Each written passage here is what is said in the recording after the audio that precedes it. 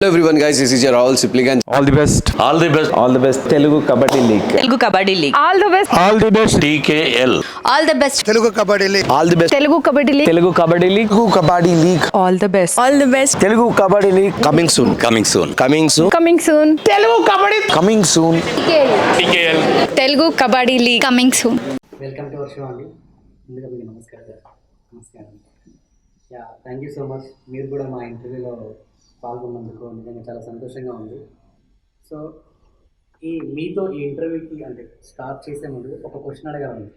మెయిన్గా మీ father and మీ మదర్ని కృష్ణ చైతన్య, వంశీ కృష్ణ, ఆ పేర్ల అంటే కామన్ స్పెల్లింగ్ కాకుండా కొత్తగా CRISNA VAME వంశీకృష్ణ అని నార్మల్గా ఉండదు. అది మీరు నామకరణం చేసి స్పెల్లింగ్ అలా పెట్టారా, లేకుంటే వీళ్ళే పెట్టుకున్నారా? అసలు ఏంటి ఆ నేమ్ సీక్రెట్స్ ఏంటి? మేము పెట్టినది కాదండి, అది మేము పెట్టినప్పుడు కేనే ఉంది, వాళ్ళు SHIనే రాస్తారు స్కూల్లో. తర్వాత మరి వాళ్ళు ఎందుకు చేంజ్ చేసుకున్నారనేది నాకు ఐడియా లేదు, బట్ అది వాళ్ళని అడిగి తెలుసుకోవాలి. మీరు చాలా రోజుల నుంచి చెప్దాం అనుకున్నాను నేను, మీరు అడిగేసిండ్రు, అయిపోయింది. అది చాలామంది అడుగుతుంటారు నాకు, ఏం న్యూమరాలజీనా మీరు, అవి నమ్ముతారా, జాతకాలు నమ్ముతారా, మీరు మార్చుకున్నాక సక్సెస్ వచ్చింది? అంతేం లేదు. ఎప్పుడో నేను డిగ్రీలు ఉన్నప్పుడే మార్చుకున్నా. వీళ్ళు కృష్ణ చైతన్య పెట్టారు, ఇప్పటికి సర్టిఫికేట్లో అది కృష్ణ KRISHNA చైతన్య రెడ్డినే ఉంటుంది. అయితే నన్ను కృష్ణ KRISHNA చైతన్య రెడ్డి అంటే KCR అవుతుంది. అప్పుడే మన ఉద్యమము తెలంగాణ అది ఇది స్టార్ట్ అయింది. KCR మస్తు హైలైట్ అని అర్థమైపోయింది నాకు. రేపు పొద్దున నేను ఫేమస్ అయితే నన్ను KCR 2 అంటారు, కృష్ణ చైతన్య KCR 2 అంటారు, లేదా జూనియర్ KCR అంటారు. నాకు 2 జూనియర్ రెండు హేట్. నాకు KCR మస్తు ఇష్టము, కానీ 2 అన్నా జూనియర్ అన్నా ఎవరన్నా అట్లా పిలిస్తే నాతో కాదు. అప్పుడు నేను ఫిక్స్ అయిపోయినా, ఎట్లయినా ఫేమస్ అయితే కావాలి, అయినాక KCR 2 జూనియర్ KCR అనిపించుకోవడం ఏందని Cగా మార్చుకున్నా. CRISHNA అనుకున్నా, హెచ్ సరిగ్గా సెట్ కాలే. హెచ్ తీసేస్తే అది మస్తు పాష్ అయిపోయింది, స్టైలిష్ అయిపోయింది, కృష్ణ చైతన్య రెడ్డి. అండ్ నేను క్రికెట్ లవర్, క్రికెట్ అంటే పిచ్చి నాకు. Cricket Krishna same pronunciation, cricket Krishna. Cricket CRతో స్టార్ట్ అయితే కృష్ణ ఎందుకు గారదు అనేది, అంతే తప్ప నేనేమి జాతకాలు నమ్మను, మతం మార్చుకోలేదు, ఏం చేయలేదు. కృష్ణ చైతన్య రెడ్డి అదే నా పేరు. అట్లే నాకు తెలుసు కాబట్టి అది నాకు చాలా నచ్చింది. అండ్ తెలియకుండానే సోషల్ మీడియా అంతలా కృష్ణ ఫేమస్ అయిపోయింది. మీరు అలా చేంజ్ చేసుకున్నారు. మీరు నాది వంశీ, మీకు తెలుసు క్లాస్కి ముగ్గురు వంశీలు ఉంటారు. చాలా రొటీన్ పేరు పెట్టింది మా మమ్మీ డాడీ. నాకు నచ్చదు వంశీ పేరు చిన్నప్పటి నుంచి. వంశీ కృష్ణారెడ్డి కామన్ పేరు అని నచ్చక నేనేం చేసిన, ఇక ఫేమస్ అవుతాను అర్థమైన టైంలో వంశీని SHIని VAMSE చేసిన. SE అంటే సి అంటే తెలుగులో చూడు అని అర్థం. అంటే ఎవ్వరు నన్ను చూస్తలేరు, నాకు గుర్తింపు వస్తలేదని నేనేం చేసిన వంశీ అంటే ఒకసారి నన్ను చూడండి అని, వంశ సి మీ అని అర్థం. అట్లా అప్పటి నుంచి అందరూ నన్ను చూస్తారు వంశీ. అది మారిపోయింది. మీరే పెట్టుకున్నారు? నేనే పెట్టుకున్నా. సో ఎవరు సజెస్ట్ చేయలేదు? ఎవరు సజెస్ట్ చేయలేదు, నేనే పెట్టుకున్నా. సో జనరల్గా మీ అబ్బాయిల గురించి ఆల్రెడీ మా ప్రేక్షకులకు మాకు దే ఆర్ వెరీ జెంటిల్మెన్స్ అని నాకు తెలుసు. సో నిజంగా వీళ్ళ సక్సెస్కి ముందు కానీ ఒకవేళ ఇంట్లో కానీ వీళ్ళు ఎలాంటి జెంటిల్మెన్స్? నిజంగా వీళ్ళు జెంటిల్మెన్స్ అయినా అసలు మీరేం చెప్తారు మీ అబ్బాయిల గురించి, వంశీ గారి గురించి కానీ కృష్ణ చైతన్య గారి గురించి? అంటే ఏం చెప్తారు అంటే ఏం చెప్పాలి, తెలియని సీక్రెట్లు చాలా ఉంటాయి. సో అసలు వాళ్ళు ఏంటి జెన్యున్గా అంటే వాళ్ళు మీతో ఎలా ఉంటారు, బయట వాళ్ళతో ఎలా ఉంటారు, అసలు ఏంటి వాళ్ళ బిహేవియర్ కానివ్వండి, క్యారెక్టరేషన్ కానివ్వండి. సో నార్మల్గా అంటే వాళ్ళ ఇంట్లో కండిషన్స్ వాళ్ళు ఎలా ఉంటాయి, బయట ఎలా ఉంటాయి? కండిషన్స్ కాదు, కానీ కొంచెం నా కొడుకులు అని నేను చెప్పడం కాదు, కొంచెం డిఫరెంట్గా ఉంటారు. ఒకవేళ ఎందుకు ఇంత డిఫరెంట్ వద్దు ఇట్లా అంటే అంటారు కానీ వినరు. ఇప్పుడు మీరు ఫస్ట్ క్వశ్చన్కే చెప్పినారు కదా, ఎందుకు ఏమవుతుంది అట్లా కంటిన్యూ చేయండి అదే పేర్లు అంటే వినేవాళ్ళు కాదు. ఏమవుతుంది దీనివల్ల అంటే సరే నేను కంటిన్యూ చేసుకుంటాను. ఒకవేళ నాకేం అనిపించలేదు, వాళ్ళు ఇప్పుడు పేర్ల గురించి చెప్తే కూడా నాకు అనిపించింది కరెక్టే కదా, కరెక్టే. వాళ్ళు నాకేమన్నా అనిపించి కరెక్ట్ కాదు ఇది కొంచెం చేంజ్ అయితే బాగుందంటే ఎక్కువ మటుకు నువ్వు అన్నా కూడా ఇది మా జనరేషన్కు ఈ జనరేషన్ డిఫరెన్స్ ఉంటుంది కదా. వరకు విన్నారు. అందుకోసము ఒకసారి ఒకసారి చెప్తా, కొన్ని వింటారు. ఎక్కువ మటుకు వీళ్ళ మెంటాలిటీ ఎట్లా అంటే, చాలా మందిని చూసిన వేరే పిల్లలు మా తమ్ముడు పోతుంటే ఎంతోమంది ఉంటారు కదా, వాళ్ళు అన్నిటికీ అని అదని వాళ్ళు చేస్తారు. మళ్ళీ వేరే ఉంటారు కదా, వీళ్ళు లేదు డైలీ నాన్నకు తెలిసినా అమ్మకు తెలిసినా మనం ఏం తప్పు చేయడం లేదని డైలీ ఇంటాక్షన్గా పోతారు, ఉన్నదే చేస్తారు వాళ్ళు. ఒక సినిమాకి పోవాలని ఇప్పుడు పోతారు, ఏమిరా లేట్గా వచ్చినంటే ఏంటంటే పోరాడి ఆయన ఆ స్పీచ్ అదే లెక్చరర్ ఏం చెప్తాడో అర్థం కాదు, క్లాసుకు పోవచ్చు కాలేదు, అంతే సినిమాకి పోయి వచ్చాము అని చెప్పేస్తారు. మీరు సరేలేరా ఇంట్రెస్ట్ లేక కూర్చునే బట్టి సినిమాలో కూర్చోవట్లేదు మంచిగా సమర్థిస్తారు. లేదు అక్కడ బాగుంది అనుకోండి క్లాసు, అక్కడే కూర్చుంటారు అంతే. అప్పుడు అందుకోసం వాళ్ళు ఏమంటే అబద్ధాలు చెప్పరు, 90% అబద్ధాలు చెప్పరు, ఉంది నిన్నది చెప్తారు. ఒక్కోసారి నాకు నచ్చకపోతే అట్లా వద్దు అని చెప్తే అవునని అట్లా. సో ఇక్కడ మీ అబ్బాయిలు అని చెప్పేసి మీరు సీక్రెట్స్ అన్ని రివీల్ చేయకుండా ఉండదు. సో నాకు ఉన్నట్టు చెప్పాలి మీరు. సో మీ అబ్బాయిల గురించి అసలు మీ అంటే జనరల్గా ఇంట్లో కానివ్వండి బయట కానివ్వండి సో ఎలా ఉంటారంటే మీరు నిజంగా జెంటిల్ మ్యాన్సేనా, లేకుంటే ఓన్లీ స్క్రీన్ ముందే జెంటిల్ మ్యాన్స్ లాగా అందరినీ మోటివేట్ చేస్తుంటారా? లేదండి, చాలా మంచి వాళ్ళు. నేను చెప్పడం అని కాదు, మా ఇంటికి వచ్చిన వాళ్ళు కానీ మా దగ్గర పని చేసే వాళ్ళు కానీ అందరు చెప్తారు, ఇట్లా కొడుకులను ఎవరికి చూడలేదమ్మా, ఇంతవరకు మేము ఎంతమంది దగ్గర చేస్తాం కానీ ఇంత మంచి కొడుకులు అయితే ఎవరికి ఉండరు, నువ్వు చాలా అదృష్టవంతురాలివి, నేను 3 పిల్లలు మంచి వాళ్ళే, ఇట్లా పిల్లల్ని చూడలేదు ఆ విషయంలో అయితే అదృష్టవంతురాలు ఉంటారు. వాళ్ళు చెప్పడం కాదు, నేను నా మనసుకు అనుకోవడం కూడా నేను చాలా అదృష్టవంతురాలని అనుకుంటాను. అండ్ వాళ్ళు చేసే ప్రతి పని నేను ఎంకరేజ్ చేస్తాను, వాళ్ళు చేసేది ప్రతిదీ కరెక్టే అనిపిస్తుంది. మళ్ళీ చిన్నప్పుడు వరకు నేను 10th వరకు నేను చెప్పింది ఏందో, వాళ్ళు నేను చెప్పింది ఏం నేర్చుకున్నారో నాకు తెలియదు. కానీ తర్వాత ఇప్పుడు వాళ్ళ సొసైటీని ఎక్కువ చూస్తున్నారు కదా, వాళ్ళే నాకు చెప్తారు ఇది మంచి ఇది చెడు, కొన్ని విషయాలు ఇప్పుడు వినాలి కదా, వాళ్ళు చెప్పిన అంతా చేంజ్ అవుతుంటుంది కదా, అలా నేను వాళ్ళు చెప్పింది కూడా వింటాను. మా 3 పిల్లలు అంతే, ఫస్ట్ మా అమ్మాయి కూడా ఇది అమ్మాయి ఇట్లుంటుంది సొసైటీ ఇట్లా చేంజ్ అయింది, ఇది కరెక్ట్ ఇది రాంగ్ అని చెప్పేది. వీళ్ళు చిన్నగా ఉన్నప్పుడు కొంచెం తేడా 3కి, కానీ తర్వాత వీళ్ళు కూడా అంతే. ఇప్పుడు వీడు రాసేటివి అన్నీ ఫేస్బుక్లో అది నాకు తెలియదు, అసలు చూపించేవాడు కాదు, స్టేటస్ పెడతాడు కదా, మా అమ్మాయే చూపించింది, వీడు చూడు మమ్మీ ఇవన్నీ రాసినాడు, అప్పుడు తెలిసింది నాకు ఇంత బాగా రాస్తాడు ఇది అని. తర్వాత వీడు స్టార్ట్ చేసినాడు, అంత బాగా అంటే వాళ్ళ మనసులో ఉండేది అందరికి నలుగురికి మంచి చెయ్యాలి, మంచి పంచాలి అనేది వాళ్ళు చెప్తున్నారు చేస్తున్నారంటే దానికి నేను చాలా గర్వపడుతున్నాను. ఇప్పుడు కొడుకు పుట్టినప్పుడు కాదు, వాళ్ళని అందరు పొగిడినప్పుడు సంతోషం అంటారు కదా, పుట్టినప్పుడు సంతోషమైంది కాదని కాదు ప్రతి ఒక్కరికి అవుతుంది, కానీ ఇప్పుడు 100 రెట్లు ఎక్కువ అవుతుంది. మళ్ళీ వాళ్ళు జెన్యున్గా కరెక్ట్గా ఉంటున్నారు కదా, ఇప్పుడు ఇంట్లో ఒక టైపు బయట ఒకటి కాదు, అన్ని విధాలు వాళ్ళు ఏం రాస్తున్నారు ఏం చెప్తున్నారు అదే చేస్తున్నారు అన్నప్పుడు చాలా గర్వంగా అనిపిస్తుంది, చాలా సంతోషం అవుతుంది. ఎవరు చూసినా ఎవరు వచ్చినా నీకు 2 కళ్ళ లాంటి వాళ్ళు అని చెప్తుంటారు. వాళ్ళు కూడా నన్ను ఒక బిడ్డగానే అన్నట్టు చూస్తారు, ఇప్పుడైతే ఎంత ప్రేమగా చూసుకుంటారు అన్నమాట ప్రతి విషయం కూడా. ఆ విషయంలో నేను చాలా అదృష్టవంతురాలు. ఇంకోటి ఆల్రెడీ అంటే ఇంటర్వ్యూలో కానివ్వండి ఈ ఇంటర్వ్యూలో కానివ్వండి ఆల్రెడీ వీళ్ళ ఫెయిలియర్స్ గురించి చాలా క్లియర్ కట్గా నాతో చెప్పుకున్నారు. సో ఆ ఫెయిల్యూర్స్ అనేది మీకు ప్రతి ఒక్కటి మీకు కూడా తెలిసే ఉంటుంది. సో ఆ ఒక టైంలో కూడా మీరు కూడా చాలా అంటే వీళ్ళ కోసం మీరు కూడా కాలేజ్ దగ్గరికి వెళ్ళడము, మా అబ్బాయికి ఆపర్చునిటీ ఇవ్వాలని చెప్పేసి మీరు కూడా అడగడం జరిగింది, అక్కడ కూడా మేము ఇన్సల్ట్ చేయడం జరిగిందని చెప్పి ఆల్రెడీ వీళ్ళిద్దరు చెప్పారు. సో అక్కడ మీరు ఎలా ఫేస్ చేశారు నిజంగా వీళ్ళ విషయంలో, అసలు మీరు అంటే మిమ్మల్ని ఎలా అంటే మీరు హర్ట్ అయిన ఆ సిచ్యువేషన్ కానివ్వండి ఆ మూమెంట్ కానివ్వండి ఒకసారి మనం చెప్పండి. అంటే మేము ఆ విషయంలో కాలేజెస్కి వెళ్ళడం అంటే మా వారి ప్రోత్సాహం, పోదాం మనం అంటే నేను వద్దన్నాను, బాగుండదు వాళ్ళు వెళ్ళి అడుగుతుంటే లేలే మనం వాడికి టైం ఉండదు కదా మనం పోయి అడుగుదాం అదని నన్ను తీసుకొని పోయినారు, వీటికి చెప్పలేదు అసలు.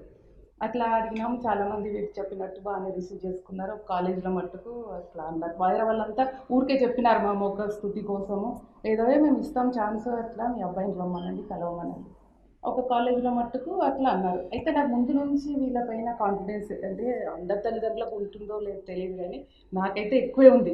ఏది చేసినా వీళ్ళు ఇంటర్ అయిపోయిన తర్వాత ఇంటర్ బైపీసీ చేసింది, ఏం చేస్తాడు మీ వాడు ఇప్పుడు, బీఎస్సీ చేస్తాడు, అది ఇది ఏం చదవాలనుకుంటుండు అన్నట్టు ఒక టైపు అడిగేవాళ్ళు. వీళ్ళు చదివేది వీళ్ళు అందరితో ఫ్రెండ్స్ వాళ్ళు ఉన్నారు కానీ మా బంధువుల్లో ఎక్కువ కలిసేవాళ్ళు కాదు.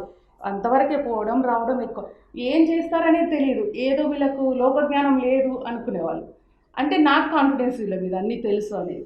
అటుకితే నేను చెప్పేదాన్ని మాట వరుస కన్నాను నేను, వాడు బీఏ చేసినా నాకు అభ్యంతరం లేదు, వాడు డాక్టరే కావాలని ఏం లేదు, వాడు ఏం చదివినా నాకేం అభ్యంతరం లేదు, వాడికి తెలుసు ఏది చేసినా సక్సెస్ అవుతాడని నాకు నమ్మకం అని చెప్పాను. అది తర్వాత కూడా అదే ఆ కాలేజీలో కూడా అదే అన్నాను. ఎందుకంటే నేనే కదా వాళ్ళని చూస్తూ ఉంటాను, వాళ్ళ తెలివితేటల మీద నాకు నమ్మకం ఉంటుంది కదా. అట్లా నేను అదే చెప్పాను వాళ్ళకు, ఎట్లాగో సక్సెస్ అవుతాడు మా వాడు, రేపు పొద్దున మీరే కాల్ చేసి పిలుస్తారు, పెద్ద పెద్ద కంపెనీలు ఇప్పటికే అడుగుతున్నారు, ఇంకా ముందు కూడా అడుగుతారు, వాడు మీరు చేసి పిలిచే టైం వస్తుంది అని నాకు తెలుసు అని వాళ్ళతో అన్నాను. బాధ అయింది వాళ్ళు అలానే. సరే మేము వచ్చినప్పుడు తర్వాత వెనకాల ఏమైనా అనుకో, మీరు డైరెక్టే మీరు రావడం ఏంది అన్నట్టు ఇన్సల్ట్గా మాట్లాడితే కోపం వచ్చింది అని చెప్పినాను. అది నిజంగా జరిగింది, అందువల్ల సంతోషం. ఆ మూమెంట్ మీరు ఎలా ఫేస్ చేశారు? నిజంగా అక్కడ అసలు ఆ రకంగా మీరు బాధపడతారు, ఆ రకంగా మిమ్మల్ని ఇన్సల్ట్ చేస్తాను ఎక్స్పెక్ట్ చేశారు? అది ఇన్సల్ట్ అని నేను అనుకోలేదు, ఎందుకంటే నేను రెండింటికి రెడీ అయిపోయాను. అన్ని కాలేదు, కొందరు బాగా రెస్పాన్స్ ఇస్తున్నారు, కొందరు ఇంకా బ్రహ్మాండంగా రెస్పాన్స్, కొందరు నార్మల్గా తీసుకున్నారు, కొందరు ఇప్పుడు టైం లేదని పంపించినారు. వీళ్ళకి తెలియదు, నేను ఫ్రీగానే ఉంటుంటే అప్పుడే వర్క్స్ అయిపోయినాయి, అన్నీ అయిపోయినాయి, ఖాళీగా ఉండే బదులు కారు కూడా ఉంటుంది. పద మనకు టైం పాస్ అవుతుంది, మామూలుగా చెప్దాము.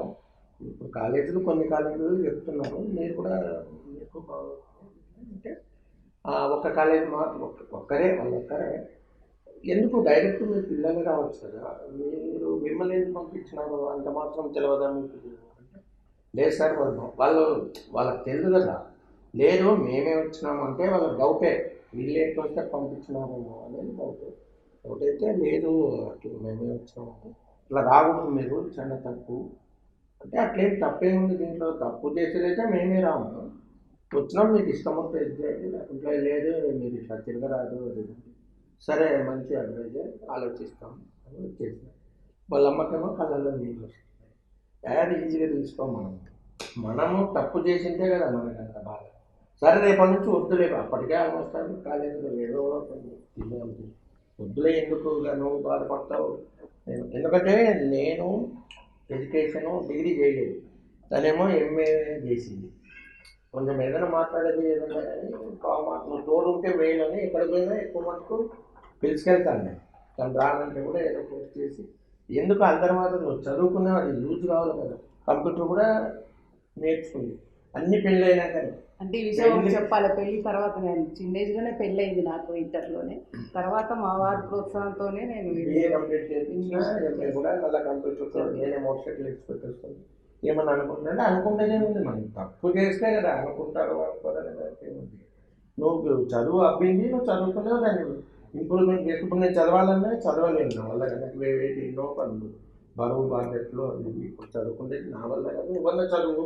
ఎందుకంటే వాళ్ళు ఇప్పుడు ఈ స్టేజ్కి ఉన్నారంటే నాది 10%, తనది 90%. ఎందుకు నేను చదువుకుంది తర్వాత ఇంకోటి ఏమంటే కొంచెం ధైర్యం తక్కువ, లేదంటే తను మాకు పెళ్ళేది కానీ మాకు కొంచెం ధైర్యం. ఎందుకు చెప్తున్నా అంటే మెడికల్ ఇంట్రెస్ట్ హైదరాబాద్ హాస్టల్లో చేసినారు, 6 నెలలే ఉంది, 10th అవుతాను, నేను ఉండను నాకు నా వల్ల కాదని మళ్ళీ పరిగెత్తి వెళ్ళిపోయింది. ఇవన్నీ ఉండను నాకు పెళ్లి చేసేయండి, నాకు ఇవన్నీ వద్దు తీసుకోవాలి. అది చిన్నప్పుడు తండ్రి చనిపోయి మామూలుగా పెరిగింది కదా, కొంచెం అది ఒక వాతావరణం ఎట్లనే మనకు తెలియకుండా తెలుసు కదా, కొంచెం ధైర్యం తక్కువే, జల్దీ పెళ్లి చేయండి మంచోళ్ళని చూస్తుంటే ఎట్లా మాకు కుదిరిపోయింది, పెళ్ళి అయినాక నేనే మెల్లగా వద్దని కానీ మెల్లగా ఇట్లా అదే కౌన్సిలింగ్ ఏమో అంటారు, కౌన్సిలింగ్ మోటివేషన్, సరే నీ ఇష్టమని ఒప్పుకున్న దానికి కంప్లీట్ కూడా చేసింది. తర్వాత కంప్యూటర్ కూడా ఏదో జావాలు మావాళ్ళు నాకు అంత ఐడియా లేదు, అది కూడా కంప్లీట్ చేసింది.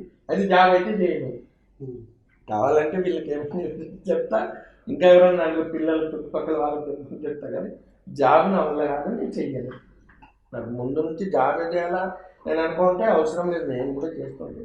అది ఇప్పుడు కొత్తగా అవసరం కూడా లేదు కదా, నువ్వు ఉన్నావు కదా, మనకు ఆస్తులు ఉన్నాయి, నువ్వు ఉన్నావు, డబ్బుకు కుదరలేదు, ఏం లేదు, అది అట్లే సాగిపోయింది. ఇక అది వీళ్ళకి బాగా యూజ్ అయ్యింది తన వల్ల అనిపిస్తుంది. నేనేమంటే నేను నెగిటివ్ కాదు పాజిటివ్ కాదు అన్నట్టు, మీ ఇష్టము వాళ్ళమ్మ మీద ఇచ్చి పెట్టాను. ఎప్పుడన్నా అట్లా ఎక్కువ ఇది అవసరం ఉంటే అప్పుడు నేను వాళ్ళను కంట్రోల్ చేసినా ఎన్నోసార్లు చేయనని కాదు, కానీ అవసరం అంత పెద్దగా ఒక్కసారి కూడా కొట్టిండేది గుర్తులేదు వాళ్ళకి, తనే అన్ని చూసుకుంది. అయితే నేను వాళ్ళని ఎక్కువ పట్టించుకోలేదంటే కారణము మిస్సెస్. ఒకవేళ కొంచెం ఇది ఉంటే నేను తను 10% అవుతుంటే నేను 90% పట్టించుకుంటుంది. అంటే నేను హాయిగా జరిగిపోయింది లైఫ్ నాకు ఇప్పటి వరకు. అందరూ అంటారు నువ్వు ఏంటి ఏం టెన్షన్ తీసుకోవాలంటే కారణం తనే అనిపిస్తుంది. మధ్యలో కూడా అంటే మీ ఫ్యామిలీ ప్రాబ్లమ్స్, కొన్ని ఫినాన్షియల్ ప్రాబ్లమ్స్ వల్ల చైతన్య కానీ వంశీ కానీ అంకుల్ అంటే చెప్పులు కూడా దాచిపెట్టేవారు డబ్బులలో వస్తుందని. సో మీరు ఎలా వాళ్ళకి రెస్పాండ్ అవుతుంది? అలాంటి పరిస్థితి వచ్చింది. పుట్టడం ఏమి జమీందారుల కుటుంబంలో పుట్టినాను. మా చాలా ఆస్తి 100 ఎకరాలు ఇట్లా మా అమ్మ పరంగా మా నాన్న పరంగా వచ్చింది. బాగానే ఉండే కానీ ఇంకా వ్యవసాయం అనేది తెలుసు కదా, అది పంటలు పెడితే దానికి రేటు రాదు, వడ్డీలకు డబ్బులు తెచ్చుంటాము. జమీందారులకు బతికితే అట్లే ఖర్చులు అదే ఉంటాయి, ఖర్చులు తగ్గించుకోము. అలా బతకడంతో అప్పుడు 10 ఎకరాలు ఇప్పుడు 10 ఎకరాలు అమ్ముతూ అలా వచ్చేసినాం. అప్పులు అయినప్పుడు కూడా అట్లాంటి ప్రాబ్లమ్స్ వచ్చాయి. ఒకవేళ చాలా భూమి ఉన్నప్పుడు కూడా డబ్బులు మా అమ్మమ్మ వాళ్ళు చేసేప్పుడు చూసినా ఎంత వాళ్ళ 300 ఎకరాలు మాకందరికి 100 మంది ఇచ్చినారు, మా అమ్మకు మా మామకు మాకు చిన్నమ్మ. కానీ అప్పుడు కూడా ప్రాబ్లమ్స్ ఉండేవి. అంతున్నా పెట్టుబడి అని తేవడము, అప్పులు వాళ్ళు తీర్చడము, పంటలు రావడం రాకపోవడం ఇవన్నీ చూసినాను నేను. కాబట్టి తర్వాత కూడా మాకు చాలా వచ్చినాయి. తర్వాత ఆయన మేనేజ్ చేసుకునేవాళ్ళు. లేదుగా చాలా అప్పుల ప్రాబ్లం ఉందంటే ఏముంది పోని 10 ఎకరాలని అమ్మడము కట్టేయడము అలా చేసుకుంటూ వచ్చినాం. అయితే అదేం ప్రాబ్లం అనిపించలేదు. ఎందుకో అది డబ్బు ప్రాబ్లం ఎప్పుడు నేను బాధపడలేదు. పోతే పోయింది, ఎట్లన్నా అవుతుంది, మళ్ళీ సంపాదించుకోవచ్చు అనేది ఉండేది. కొన్ని రోజులు నేను కూడా ఇంట్లో పెయింటింగ్ వేయడము, డిజైన్స్ వేసి ఇవ్వడము, అది వీళ్ళ స్కూల్లో టీచర్స్ చూసి అడిగినారు నా చీరల పైన అలా చూసి, అట్లా కూడా నెలకు ఇంత అని సంపాదించడం అది కూడా ఉంది. అది కూడా కుటుంబానికి యూజ్ అయ్యింది కొన్ని రోజులు. ఆ పెయింటింగ్స్ వేసే మాకు సైకిల్ కొనిచ్చింది. అంటే సైకిల్ బాగా ఇష్టం ఉంటుండే. అయితే చిన్నప్పుడు ఒక సైకిల్ కొనిచ్చిండు మా డాడీ. ఇప్పుడు సెకండ్ క్లాస్ అప్పుడు ఒక సైకిల్ కొనిచ్చిండు కదా, చిన్నగా ఉంటుంది కదా. నేను 3rd వచ్చిన, 4th 5th 6th 7th వస్తే అదే సైకిల్లో పోతుంటే నేను మస్తు హైట్, సైకిల్ ఇంతే ఉంటుండే. మా ఫ్రెండ్స్ అందరూ పెద్ద పెద్ద సైకిల్లో పోతుండే, నేను చిన్న సైకిల్లో తొక్కుకుంటా పోతే 7th క్లాస్ 8th క్లాస్ వరకు చిన్న సైకిల్ తొక్కుతుంటే ఆ ఊర్లో మస్తు సైకిల్ అంటే ఇప్పలే ఇక కొత్త సైకిల్. మా మమ్మీ పెయింటింగ్కి 40 రూపీస్ తీసుకుంటుండే, 40 కలిపి 1800 రూపీస్ సైకిల్. హీరో నియాన్ అని neon cycle, red black colour, సన్న పైలు ఉంటాయి స్పోర్ట్స్ లాగా. మిగతా 1300 1200 ఉంటే కొనుక్కోలే. 1800 రూపీస్ మొత్తం ఉన్న పైసలన్నీ ఇచ్చేసింది.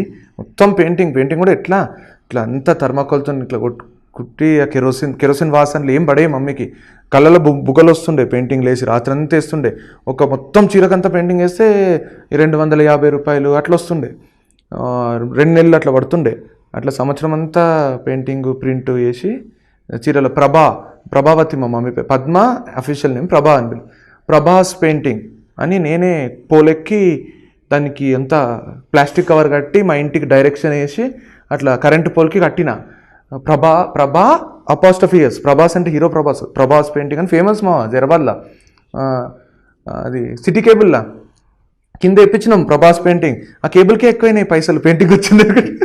అయితే మస్తు కష్టపడి మరి సైకిల్ ఇప్పించు. కస్టమర్స్ వస్తుంది మా ఇంటికి, మా మమ్మీ, మా టీచర్లు, వాళ్ళు వీళ్ళు చుట్టుపక్కల వాళ్ళు ఫుల్ డిమాండ్ వచ్చింది ఒక స్టేజ్లో.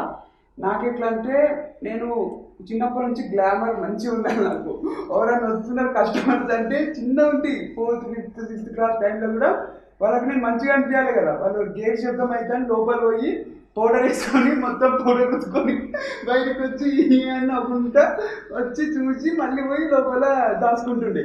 అంటే మస్తు పిచ్చి పిచ్చి చేస్తున్నాను నేను. మమ్మీ ఎవరైనా వచ్చి మమ్మీ ప్రింటింగ్ లా వేస్తుంటే కూడా బాగా సతాయిస్తుంది. నాకు ఇయ్యవా టైం, నువ్వే ఇక నీలోక మీదేనా అని ఎయ్యకంటుంటుంది. డబ్బు ఇంపార్టెంట్ కాదు, నాతో ఉండు అది ఇది అని సతాయిస్తుంది.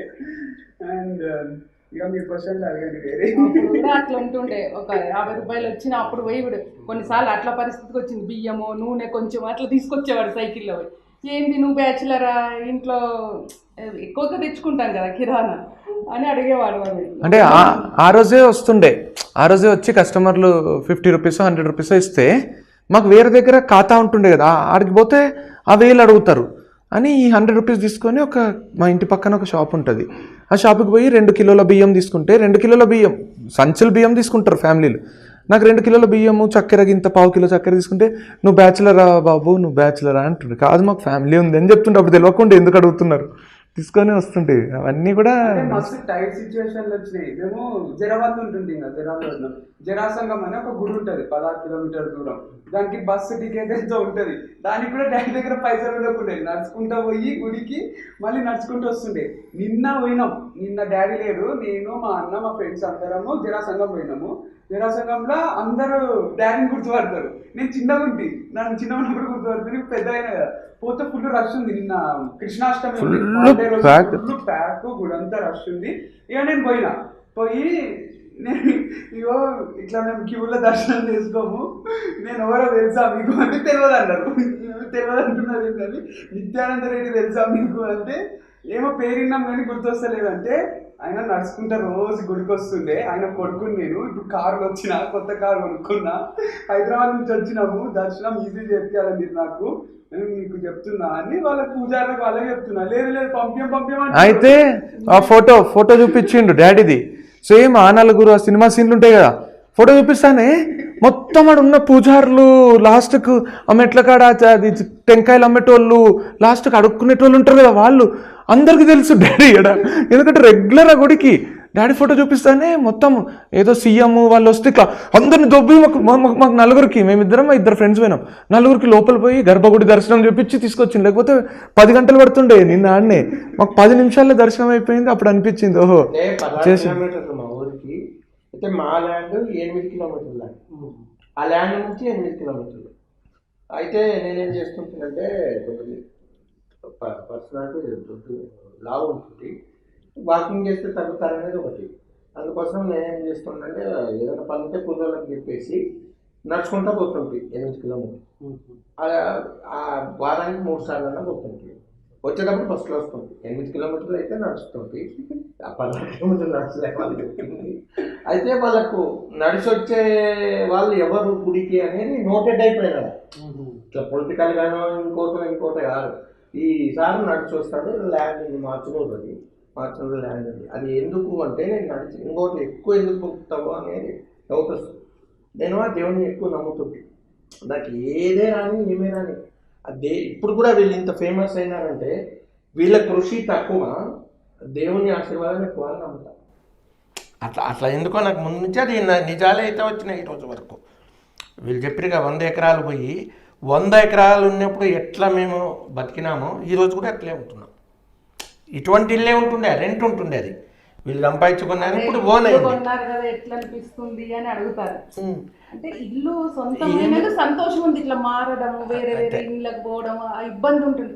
కానీ ముందు కూడా ఇంట్లోనే ఉన్నాము, ఇప్పుడు అట్లా ఇంట్లోనే ఉన్నాము. ఆ డిఫరెన్స్ ఏం తెలుస్తలేదు అని. మాది ఇది చూసి ఎవరైనా ఇంటికి వస్తే అయితే ఇప్పుడు నాదేమంటే అది నేను నమ్ముతా పూర్వజు సుకృతమనో ఇంకోటి ఇప్పుడు 100 ఎకరాలు ఉన్నప్పుడు 150 అన్నా కావాలా, లేదా 100-200 కావాలి, ఇంకా ఎక్కువ 100 పోదు. అది ఎందుకు పోయిందో కూడా నాకు తెలియదు.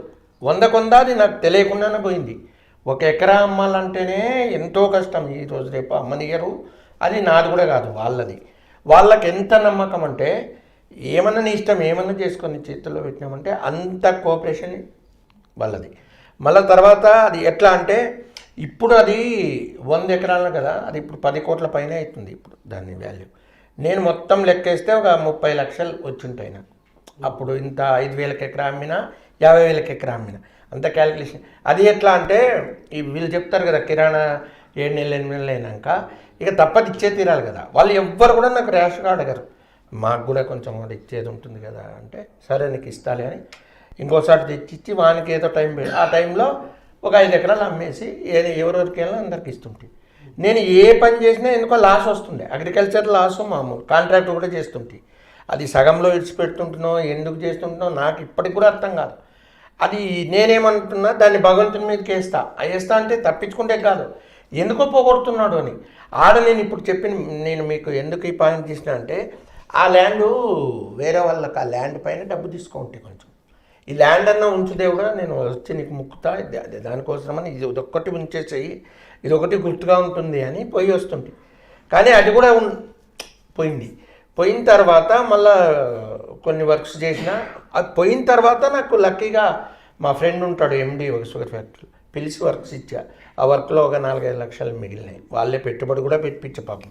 అప్పుడు బాగా ఇక తప్పదు కదా అన్నీ పోయినాయి ఇంకా శ్రద్ధగా చేయాలా. అప్పుడు కొంచెం గ్యాప్ వచ్చినప్పుడు వీళ్ళకు కొన్ని తిప్పలు వచ్చినాయి. నేను వేరే ఊరికి పోయినా ఆడున్నప్పుడు నేను డబ్బులు కొంచెం లేట్ అయినా వచ్చిన. అయితే నేను ఏదో మేనేజ్ చేసుకుంటానే వచ్చినా కానీ అంతా దేవుని కృప అనుకుంటా. తర్వాత వీళ్ళు నాకు అంత పోగొట్టిన తర్వాత ఇప్పుడు వాళ్ళ అమ్మకి ఎప్పుడన్నా ఏదన్నా వస్తాయి కదా భార్యాభర్త కొట్లాడినప్పుడు అదే ఉండింటే సరే అదంతా మొత్తం ఇస్తే నీ కొడుకులు ఎవరికైనా అమ్మేస్తావా మరి దాని డబల్ 200 ఎకరాలు ఇస్తే 100 ఎకరాలకు ఒకరిని 100 ఎకరాలకు ఒకరిని ఇప్పుడు ఇచ్చేస్తావా అంటే నోరు మూసుకుంటుంది. ఇప్పుడు నాకు గర్వం ఏమంటే 100 ఎకరాలకు 200 ఎకరాల కొడుకులు ఉన్నారు అనుకుంటాను. భగవంతుడు అన్ని ఇమ్మంటే అందరికి అన్ని ఇయ్యడు. అందానికి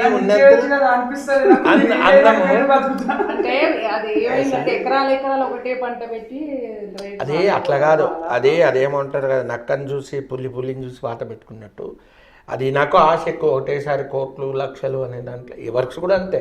అవి చిన్న వర్క్స్ చేసుకుంటూ ఉన్నాయి. కాంట్రాక్టర్ను చిన్నది నేను చేయనని ₹1,00,00,000 వరకు తీసుకునేది. అది లాస్ట్ మినిట్లో అది ఏదో అయిపోయి దాంట్లో దీంట్లో లాసు ఇట్లా అయితే ఎవరు నమ్మరు. ఇప్పుడు 100 ఎకరాలు అంటే వాళ్ళు ఏదో వీడియో కోసం చెప్తున్నారేమో 100 ఎకరాలు నిజమే నేనే అమ్మినది వాళ్ళది ఎవరిది పాత్ర లేదు. అయితే అంత పోయినాక కూడా ఎవరికి అర్థం కాదు పోయిందని. నాకు ఒక ₹1,000 2,000 పోతే మస్తు బాధ అవుతుంది ఆ రోజంతా. అసలు లక్షలు పోయి కూడా మస్తు దర్జాగా ఉంటాడు. అసలు ఇంతంత బాధ మంచి నిద్రపోతాడు లేస్తాడు. అప్పుడు అనిపిస్తుంది ఇంతకంటే అమేజింగ్ పర్సన్ ఏం భూమి మీద ఎవరైనా ఉంటారా. ఒకరోజు జేబుల నుంచి 50,000 పడేసుకున్నాడంట. నాకు ఒక్కనికి చెప్పిండు. ఎందుకు చెప్పిండు ఈ రోజుకి అర్థం కాదు. ఈ రోజుకి నిద్ర పట్టదు అది గుర్తొస్తుంది. వీళ్ళకి ఎవరు చెప్పొద్దు అన్నాడు. ఏదో ఊరికి పోయి 50,000 అప్పుడే కట్ట పెట్టుకున్నాడంట. నేను హోటల్లో తినుకుంటా పడిపోయిందంట. నాకు చెప్పిండు నవ్వుకుంటా 50,000 పడిపోయింది ఈరోజు వెతికితే దొరకలేదు అని. మస్తు నవ్వుకుంటా అట్లనే ఉంటున్నాడు. నాకు రోజు 50,000 పోయిండేదే గుర్తొస్తుంది. నాకు అన్నారు అంతా పోయిన తర్వాత మిమ్మల్ని వదిలేసి పోతా చూడు అంత ఖర్చు పెట్టినా అంత అమ్ముకున్న ఏమంటలేరు అది ఇది అని అంటే నమ్మకం ఉండే అట్లా వదిలేసి పోవడానికి. పోలేదు ఆయన పోయినా కూడా 10 ఏళ్ళు 7-8 ఏళ్ళు అట్లా రెస్పాన్సిబిలిటీ తీసుకొని మేము ముందు ఎట్లా బతికినాము అట్లనే రెస్పాన్సిబిలిటీ నుంచి అయితే అస్సలు పారిపోలే. మేము అంటే ఒకటి చెప్తా సార్, మేము 400 ఇంట్లోనే ఉంటుంది 100 ఎకరాలు స్టార్ట్ అయినప్పటి నుంచి రెంట్. తర్వాత అంతా పోయినాక డూప్లెక్స్ 11,000 రెంటు ఇక్కడ బాచుపల్లి వాటికి షిఫ్ట్ అయినాం. అది 2,500 ఇండ్లు ఉండే కూకట్పల్లిలో రెంటు. నుంచి అప్పటికి ఇంకా వీళ్ళకి ఎవరికి ఉద్యోగాలు ఏం ధైర్యమేమో నాకే ఆశ్చర్యం వేస్తుంది. పోయి అక్కడ ఉన్నాము. 2 నెలల తర్వాత మా బిడ్డకు బ్యాంకులో జాబ్ వచ్చింది. ఇతను MBA దగ్గరే చదువుతుండే. ఎట్లా బ్యాంకులో జాబ్ వచ్చాక అది ఇది అట్లనే నాది ఇద్దరిది కలిసి ఇప్పుడు నాది ఏం లేదు. నేను ఊరికే ఏమన్నా చేసుకోమని నాకు ఇంత డబ్బు కావాలంటే అంత ఇస్తారు అంతే పోతుంటా వర్క్స్. అయితే నేను వదిలిపెట్టానులే వర్క్స్ ట్రై చేస్తున్నా ఏదో నడిచిపోతుంది. మధ్యలో ఒక బాధాకరమైన సంఘటన మీకు ఎదురైంది. సో ఆ సంఘటన చాలా రోజులు మీరు కోరుకోలేదని విన్నాను. సో ఒకసారి అసలు ఆ సంఘటన అసలు ఎలా ఫేస్ చేశారు? నిజంగా ఫ్యామిలీ ఫేస్ చేయడం అనేది నిజంగా అది చాలా బాధాకరమైన విషయం. మీరు చాలాసార్లు అంటే ఇంతకుముందు ఇంటర్వ్యూలు కూడా చెప్తూ చాలా బాధపడ్డారు. సో నేనే కదండి మా అమ్మ నాన్న మా తమ్ముడు మా అక్క వాళ్ళ సైడ్ ఫ్యామిలీ కూడా అంటే బావ వాళ్ళ సైడ్ ఫ్యామిలీ కూడా చాలా ఫేస్ చేశారు. సో ఆ ఏదైతే మేము ప్రాబ్లం చేస్తున్న టైంలో కూడా చాలామంది మాకు సపోర్ట్ చేశారు. సో అంటే ఎట్లా వెనకడుగు వేయకుండా మీకు ఫినాన్షియల్గా కానివ్వండి అంటే మెంటల్గా కానివ్వండి సో మీకు చాలామంది సపోర్ట్ చేశారని విన్నాను. సో ఒకసారి ఆ ఇన్సిడెంట్ ఒకసారి చెప్తారా? అది అసలు అంటే మేము బంధువులు వచ్చి అడిగినా కూడా అది ఎందుకో స్కిప్ చేస్తుంటాం మేము జనరల్గా. ఆ రోజు మీరు అడగడం వల్ల ఆ రోజు చెప్పేసిన, కాకపోతే అది ఎందుకో గుర్తు తెచ్చుకోబుద్ధి కాదు. అది అంటే అది గుర్తు తెచ్చుకొని మళ్ళీ బాధపడబుద్ధి కాదు. అది ఎందుకో గుర్తు వచ్చినప్పుడల్లా ఇంకా పోనీ అయిపోయింది అన్నట్టు ఉంటుంది మాకు. నాకు పర్సనల్గా అయితే అసలు అన్బిలీవబుల్. అది నేను చెప్పినట్టు లైఫ్ చేంజింగ్ థింగ్ అది నాకు. ఇంకా ఫ్యామిలీ ఎంతమంది బాధపడ్డారో తెలియదు. మా అమ్మ అయితే చాలా స్ట్రాంగ్ ఉండే, మా అందరికంటే స్ట్రాంగ్ మమ్మే ఉండే అనిపించింది. అది ఆ ఇన్సిడెంట్ అసలు అన్బిలీవబుల్. అది అంటే ఏమో అది అంటే ఫుల్ హ్యాపీ ఉంటుంది. అప్పుడే కొత్త కార్లు 2 కొనుక్కున్నాము. మా అక్క వాళ్ళకి ఒక కారు ఉండే సియాజ్ అని, వైట్ కలర్ది, మాకు బ్లాక్ కలర్ది. సియాజ్ కారు మేము తీసుకొని వచ్చినాం, నేను డాడీ బావ దగ్గర నుంచి. మీకు లాస్ట్ టైం చెప్పినట్టు బావ ఆ కారుని తీసుకోవడానికి వచ్చింది కదా, ఆ టైంలో ఫుల్ హ్యాపీ మూమెంట్ ఉంది. ఇప్పుడు ఒక సినిమా ఫ్రేమ్ ఫోటో తీస్తారు కదా, శతమానం భవతి, ఇట్లా కొన్ని సినిమాలు ఉంటాయి కదా, అట్లా మా ఫ్యామిలీ అంతా నేను నలుగురము, అక్క బావ మా 2 అల్లుళ్ళు, చాలా అమ్మమ్మ మంచి ఫ్రేమ్ ఉండే. ఆ ఫ్రేమ్కి దిష్టి తగిలిందా ఏమైందో తెలియదు కానీ అది ఆల్ ఆఫ్ సడన్ ఆ రోజు ముందు రోజు నైట్ 6 అని చెప్తుంది, రేపేమో అవుతుంది అని అనుకున్నట్టే యాక్సిడెంట్ అయింది. మీకు తెలుసు కదా, సో పెద్ద యాక్సిడెంట్ అయింది. ఫోన్ వచ్చింది, మా అమ్మ అయితే ఇట్లా అంటే కళ్ళు తిరిగి పడిపోయింది, అంత రియాక్షన్. నేను డాడీ కొంచెం స్టేబుల్ ఉంటుంది, అన్న మమ్మీ బాగా రియాక్ట్ అయ్యిండ్రు. అన్న గేట్ దగ్గర కుప్పగొలిపోయిండు, మమ్మీ ఇంటి లోపల కుప్పగొలిపోయింది. కాలనీ వాళ్ళు అందరు వచ్చిండ్రు. తర్వాత మేము బయలుదేరిపోయినాము. అక్కడ ఘోరంగా ఉండే సిచ్యువేషన్, ఇట్లా రక్తం ఇంత ఏలు కట్ అయితేనే పిచ్చి అవుతుంది మనకు. అట్లాంటిది మొత్తం రక్తంలోనే ఉన్నారు అందరు హాస్పిటల్లో. అసలు అక్క బావ మురారి చిన్నోడు అందరూ. అది విచిత్రమైన సిచ్యువేషన్. ఇక అది అంటే ఎక్స్ప్లెయిన్ కూడా మస్తు కష్టం చేయడము. మమ్మీ చెప్తుంది, అంటే మమ్మీ కొంచెం మంచిగా ఉండే, కొంచెం స్ట్రాంగ్గా మా అందరిని చూసుకుంటా అట్లా మంచిగా ఉండే. అట్లా ఎట్లుందో ఒకసారి అడగండి మమ్మీకి. నిజంగా జనరల్గా అంటే ఇలాంటి సంఘటనలను ఫేస్ చేసినప్పుడు ఆడవాళ్ళే అంటే ఎక్కువ ధైర్యం ఉండదు వాళ్ళకి. ఇట్లా పడిపోవడము లేకుంటే ఏడవడము ఇంకా దాంట్లోనే ఉండిపోతారు. అప్పుడు ఏంటంటే మగవాళ్ళ కొంచెం ధైర్యం చెప్పడం జరుగుతుంది. అలాంటిది మీరు గుండె ధైర్యం తెచ్చుకొని వీళ్ళకు ధైర్యం ఎలా చెప్పారు? అంటే నిజంగా లోపల మీరు అంటే అది శూన్యం అంటారు కదండి, అట్లా మొత్తం ఇంకా శూన్యమైపోయినప్పుడు అప్పుడు ఏమీ అర్థం కాదు మనకు. అట్లా సిచ్యువేషన్, అసలు ఏం జరుగుతుందో తెలియని సిచ్యువేషన్. అది ఇప్పుడు అయ్యింది యాక్సిడెంట్, ఏమో అయ్యింది అనేది అంత ఫిక్స్ అయింది మైండ్. అయితే కంట్లో నుంచి ఒక చుక్క నీళ్లు లేవు. ఆ హాస్పిటల్కి పోయినా కూడా అందరినీ వీళ్ళ స్టూడెంట్ వాళ్ళ ఫ్రెండ్ అంటే అమ్మాయి తీసుకుపోయి చూపిస్తుంది.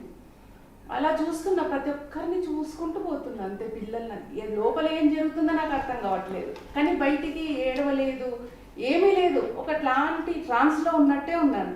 అయితే ధైర్యంగా ఉన్నాను, అది చెప్పుకోవచ్చు. నేను కూడా ఏం కాదు అనుకుంటున్నా. ఏమన్నా అవుతుంది, ఇంకా వీళ్ళకి ఏమో అవుతుంది అంటే మనకు ఒకలాంటి భయం బాధ అవుతుంది. ఏం కాదు అనేది అది మరి దేవుడే ధైర్యం ఇచ్చిందో మరి ఎలా వచ్చిందో తెలీదు.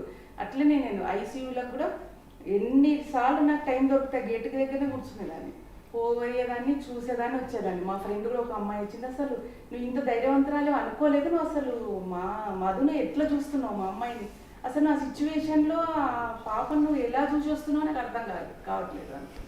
అంత స్టిచ్ చేసేవారు వేయక ముందు కూడా, ఫస్ట్ నుంచి కూడా అంతే. నేను ఎప్పుడు ఛాన్స్ దొరికితే లోపలికి పోయేదాన్ని. రాత్రిలో వదిలేవాళ్ళు కాదు, రాత్రి కూడా పనుకుంటప్పుడు ప్రతి రాత్రి మాకు ఒక గండంలాగానే చనిపోతుందనే చెప్పేవాళ్ళు డాక్టర్లు. వీడు రిక్వెస్ట్ చేసుకునేవారు, వచ్చేవాడు కాదు లోపలికనే. మా అమ్మని ఒక్కసారి పంపించండి, గేట్ దగ్గర ఉండేవాళ్ళు, మా అక్క చనిపోతుందంట, ఒక్కసారి పంపించండి అని రిక్వెస్ట్ చేస్తే వాళ్ళు పంపించేవాళ్ళు, చూసి వచ్చేదాన్ని. అట్లా అదే మాట్లాడుతూనే చనిపోతే బాగుండే అనుకునేదాన్ని నేను. ఒక్కోసారి ఆ పైప్ లోపలికి ఇస్తామంటే వద్దు అని, ఆక్సిజన్ అందించలేదంట పైకి, వద్దు. ఎంత బాగా మాట్లాడుతాం. మా అమ్మాయి కూడా ఒక్క చుక్క కన్నీరు కూడా కావాలి, ఏడవలేదు. నాకు ఏం కాదనే ధైర్యంతో ఉంది అనేది. నేను వస్తే అంత ధైర్యం వచ్చేది. మమ్మీని చూస్తే ఒకవేళ నాకు ఏమన్నా అవుతుందంటే మమ్మీ ఏడ్చేది కదా, మమ్మీ అంత ధైర్యంగా ఉన్నప్పుడు నాకు ఏం కాదనుకునేదంట.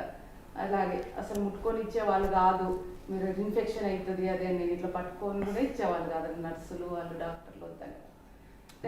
చాలా సార్లు చనిపోతే బాగుంటుంది అనిపిస్తుండే మాకు. అదే ఒకసారి చెప్తే నమ్మరు, ఈరోజు చనిపోతే మంచిగా కదా. నేను డాక్టర్తో కొట్లాడినా కూడా అంత బాధ, ఆక్సిజన్ అంతేది కాదు అక్కడ నేను ఇలా నీళ్ళు. ఊపిరి ఆడతలేదమ్మా, ఊపిరి ఆడతలేదని చెప్పేది. అప్పుడు ఆ బాధ ఇక ఒకటేసారి విముక్తి బెస్ట్ కదా అనిపించేది మాకు కూడా. అంటే ఒకటేసారి ప్రాణం పోతే బెస్ట్ కదా, అంత అల్లాడిపోతుండే. అది అసలు అన్బిలీవబుల్ సీన్స్ ఇప్పుడు అసలు. ఆపరేషన్ చేయమంటారు డాక్టర్, చేయమని అడిగేదాన్ని నేను. అంటే లేదు ఆన్ ద టేబుల్ డెత్ అని డాక్టర్ చెప్పారు. ఇప్పుడు చేసామంటూ గ్యారంటీ చనిపోతుంది, ఇంకా టైం ఆమె ఎంత కవర్ అయిన తర్వాత చేస్తాము అంటే అన్ని రోజులు ఉంచినాక కూడా మీరు గ్యారంటీ లేదంటారు. అన్ని రోజుల తర్వాత ఏం చనిపోతుంది. రోజుకు 20,000 ఖర్చు. వీళ్ళు ఏమైనా 20,000 వస్తాయని ఇట్లా చేస్తున్నారా అని డౌట్ వచ్చేది నాకు. ఒకసారి డాక్టర్ని పట్టుకొని గట్టిగా అడిగిన, చూడండి సార్, మీకు కాకపోతే హైదరాబాద్ తీసుకెళ్ళిపోతాం, కానీ వీరు డబ్బు కోసం అట్లా చేయకండి ఇక అని. నేను ఏం మాట్లాడినేమో తెలియదు. ఆ రోజు నుంచి లేదు అట్లేం లేదు, మేము ఫుల్ ట్రై చేస్తాం, అట్లా చేస్తాం, ఇట్లా చేస్తామని కొంచెం చేంజెస్ వచ్చింది. లేదు చనిపోయినా బాధ లేదు, రోడ్లో పోయేటప్పుడే. ఇప్పుడు ఎంత హింస అవుతుందో మాకు అసలు లోపలికి రావాలంటే భయం, అంత బాధపడుతోంది. ఇక ఇట్లా చేయరాదు మీరు అది ఇదని ఒకసారి కోపం వచ్చి డాక్టర్ని అనేసిన. అప్పటి నుంచి కొంచెం ఇది. ఇంకోటి ఏమంటే ఇదంతా నాకు విచిత్రం అనిపిస్తుంది. దేవుడు కావాల్సికన్నా చేసి అసలు ఎవ్వరికి హోప్ లేదు బతుకు. ఇప్పుడు వాళ్ళు ముగ్గురు అంటే మా అల్లుడైతే బతుకుతాడు అనేది కొంచెం ఉంది. వీళ్ళు ముగ్గురు, మా అత్తగారు, మా అమ్మాయి, చిన్న కొడుకు. అయితే పెద్ద మనమడు ఉన్నాడు కదా, మా యాక్సిడెంట్ అయితేనే వాళ్ళు కొంచెం ఒక్కోసారి అట్లా ఉంటారేమో డాక్టర్లు. ఏం కాలేదు, ఊరికే ఇట్లా ఏదైనా కొంచెం కింద పడితే ఇట్లా జీరకపోతే అట్లున్నాయి. అయితే కూడా బెడ్ మీద బండబెట్టి ఆయనకి వానికి కూడా యాక్సిజన్ అది ఇచ్చి ఇది ఇచ్చి ఇట్లా పేషెంట్ని చేసేస్తున్నారు. మరుసటి రోజే పిలిచకపోయినాం మేము ఆడ నుంచి హైదరాబాద్, కానీ అప్పటికి 10,000 బిల్లు చేసి పడేసినారు. ఏం కాకుండానే. ఆడ కూడా నాకు కోపం వచ్చి ఇచ్చిన. చిన్న బాబు కంటే సరే ఏదో చేసినారు, కోమాలో ఉన్నాడు, కష్టం అంటున్నారు. వాళ్ళు ఏ నిజాలు చెప్తారు, ఎవరు మంచి డాక్టరు, ఎవరు నిజాలు చెప్పారు, ఏం అర్థం కాలే మాకు. ఫస్ట్ వీళ్ళని పంపించేసిన విజయవాడకు తణుకు నుంచి. తర్వాత వాళ్ళిద్దరిని పిలుచుకొని మన ఇద్దరం పోయినాం కదా. నాకు గుర్తు కూడా లేదు సగం. మనకు కారు ఉండేనాడా, మనం కార్లో వస్తే అంబులెన్స్ లో చిన్నోడిని తీసుకొని వచ్చినాం. అయితే అంటే అప్పుడు అనిపించింది, చిన్నోడు వెంటిలేటర్ మీద ఉన్నాడు, అక్క వెంటిలేటర్ మీద ఉంది. అంటే చాలా హారబుల్ సిచ్యువేషన్ అది. ఆ టైంలో మొత్తం గుర్తొచ్చింది, కొలాప్స్ కావాలి. కానీ డాడీ కూడా మస్తు ధైర్యంగా ఉంటుంది. నువ్వు ఫోన్ చేసి చెప్పినా నేను మమ్మీ ఒక హాస్పిటల్లో వీళ్ళిద్దరు, నేను ఫోన్ చేసి చెప్పేసిన, డాక్టర్ చెప్పినాడు రాత్రి. వీళ్ళకి ఫోన్ చేసి చెప్పిన, అక్క కష్టం అన్నాడు కదా, అక్క చచ్చిపోతుంది అంట చెప్పేసినాడు డాక్టరు అని వీళ్ళకి ఫోన్ చేసి చెప్పేసి. నాకు చెప్తే వీడికి అన్న ఏడవకు, ఇక ఏం చేయలేము, వాళ్ళకు మస్తు చెప్పినాము. అయితే కూడా ఎందుకో అట్లా చేసినారు, మన తప్పేం లేదు. అయితే కూడా మనం ఏం చేసేటట్లు కూడా లేదు కదా. సరే ఎట్లా జరిగేది ఉంటే అట్లా జరుగుతుందిలే అని నువ్వు ఎత్తుకొని కూర్చున్నావా మురారిని. నేను డ్రైవ్ చేసి, నీకు డ్రైవింగ్ రాదు అప్పటికి, నువ్వు డ్రైవ్ చేస్తే నేను కూర్చున్నా. నాకు అందరికన్నా ఎక్కువ ఎందుకో మా పెద్ద మనమని మీద ఎక్కువ ప్రేమ. వీని ఏమీ కాలేదు, ఇంత హింసిస్తున్నారు డాక్టర్లు, ఏమీ కానోని అన్నీ అట్లా చేసి పెట్టినారు అని కోపం. వాడు ఇట్లా కళ్ళు తెరుస్తున్నాడు, ఇట్లా పండబెట్టినారు. అంత అదే ఒక్కటే నాకు కోపం వచ్చింది. వాళ్ళ వృత్తి వాళ్ళు మనకు బయట నుంచి చూస్తుంటే మనకు అనిపిస్తుంది అంతే. సో వాళ్ళది కరెక్టే చేసిండు, మనకి ఏం కాదు, నిజంగానే పర్ఫెక్ట్ ఉన్నాడు. అది ఒక ఆనందమే నిజంగానే. లోపల వాడికి 1.5 year ఏజ్లో వాడు ఫుల్ యాక్టివ్ ఉంటుండే. వానికి ఏమన్నా అవుతుందేమో అన్న టెన్షన్, మైండ్ బాగా, వానికి ఏం కాలేదనే సంతోషం చాలా ఉంది లోపల. వాడు ఒక్కడు వారసుడు. ఆ విషయం తర్వాత ఒకటి అర్థమైంది, మనకెందుకు అవుతుంది అని ఏముండదు. ఇప్పుడు పిల్లలు కూడా, స్టూడెంట్స్ వాళ్ళు కూడా బండి మీద ఫాస్ట్ పోతారు. అరే ఎందుకు అవుతుంది మామ యాక్సిడెంట్, మనకెందుకు అవుతుంది అనుకుంటారు. కానీ అయినాకనే తెలుసు మనకు కూడా అవుతుంది అని. ఇప్పుడు ఆడపిల్లలు కూడా కొంచెం డేంజరస్ సిచ్యువేషన్ ఏదో వచ్చింది మొన్న మన హైదరాబాద్ లో కూడా, అందరినీ కిడ్నాప్ చేయడం అది ఇది ఒక సిచ్యువేషన్ అరేజ్ అయింది. అప్పుడు కూడా చాలా మంది అంటే గర్ల్స్ వాళ్ళు గ్రూప్ డిస్కషన్ ఏదో చేస్తున్నారు క్లాస్లో, ఇంగ్లీష్ క్లాస్లో. అదే అందరికి ఎందుకు అవుతుంది అంటే అయినాక టెన్షన్ పడతారు పేరెంట్స్ పర్స్పెక్టివ్ ఆలోచిస్తే కొంచెం కేర్ఫుల్ ఉండడం మంచిదే. ఆడపిల్లలైనా, డ్రైవింగ్ ఫాస్ట్ చేసే వాళ్ళైనా. ఎందుకంటే బండి ఏ కార్ అయినా 200 స్పీడ్ వరకు ఇస్తాడు. నువ్వు బొటన వేలుతోని తొక్కితే ఏదైనా పోతుంది, దాంట్లో నీ గ్రేట్నెస్ ఏముండదు. నువ్వు ఫాస్ట్ రన్నింగ్ రేస్లో పోయి 100 మీటర్స్ రేస్లో ఫస్ట్ రా, అప్పుడు నువ్వు గ్రేట్ అవుతావు. కార్లలో ఫాస్ట్ పోయి బండిలో ఫాస్ట్ పోతే, అది ఎవడో తయారు చేసిన కార్ బండిలో ఫాస్ట్ పోతే ఏమొస్తుంది? చచ్చిపోయే నేను వీళ్ళకి కూడా అదే చెప్తుంటే చిన్నప్పుడు మోటార్ సైకిల్లో ఎక్సలేటర్ ఇట్లా అంటే ఎవరికైనా పోతుందిరా, పరిగెత్తండి, పరిగెత్తి నేను చూడు అంత దూరం నుంచి అందరికైనా ముందు వచ్చినా అని చెప్తే అది గ్రేట్. అందరికి అందరు మనల్ని చూస్తున్నారు అనుకుంటాం, ఎవరు చూడరు మనల్ని, మనం ఫాస్ట్ పోతుంటాము. తిట్టుకుంటారు ఇంకా అట్లా స్లో బుల్లెట్ బండి కొనుక్కుంటారు, ఫాస్ట్ పోతారు. ఫాస్ట్ పోరాదు ఎప్పుడు కూడా. ఎవరికైనా అమ్మాయికి సైడ్ కొట్టాలన్నా స్లో ఇట్లా సైడ్ కొట్టుకుంటా పోవాలి, అంతేగాని ఫాస్ట్ వెళ్ళిపోతే మీకు ఎక్కడ తెలుస్తుంది ఎవరు పోయిందో. అయితే అంతకుముందు 2 రోజుల ముందే నేను కర్నూలు పోయి వచ్చిన, అదే కార్లో, అక్క వాళ్ళ కార్లో. కర్నూలు పోయి ఒక్కడనే వంశీరాలే, కర్నూలులో క్లాస్ ఉండే, పొద్దున బయలుదేరిన. అది ఆటోమేటిక్ గేర్లు ఉండే, దుమ్మని పోయి ఫాస్ట్ పోయి కర్నూలులో సెషన్ ముగించుకొని రాత్రి 7 గంటలకు 8 గంటలకు ఆయన వీరభద్రారెడ్డి అని అక్కడ ట్రైనింగ్ అండ్ ప్లేస్మెంట్ ఆఫీసర్ ఉంటాడు, ఆయనకి ఇష్టం మేమంటే. ఆయన మొత్తం నాకు ఫుడ్ తినిపించిండు. రాత్రి 10 అయింది, ఒక్కడనే డ్రైవ్ చేసుకుంటే మళ్ళీ రిటర్న్ వచ్చిన. డ్రైవ్ చేస్తే నిద్ర వస్తుంది, మళ్ళీ లేచి మొహం కడుక్కున్నా. వీళ్ళు ఫోన్ చేస్తున్నారు, ఫోను అది బ్లూటూత్ కనెక్ట్ లేదు, నా ఫోన్లో ఉంటుంది, సైలెన్స్లో పడేసిన. వీళ్ళకి టెన్షన్ అయిందంట నాకు ఏమో అయిందని.